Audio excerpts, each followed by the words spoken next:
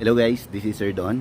Unya karong adlaw moadto ta sa flu vaccine area para sa free shot sa flu vaccine. Nakapag-COVID vaccine na kasi.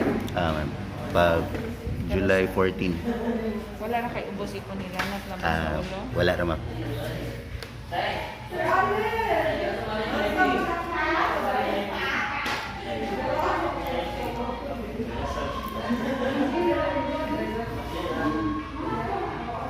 Baka kasuway flu vaccine last. Wala. Good for 1 year, gihapon niya siya sa hand. Sige ma'am.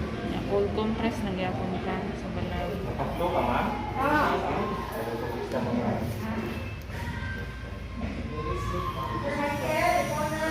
Ingato ra kadali.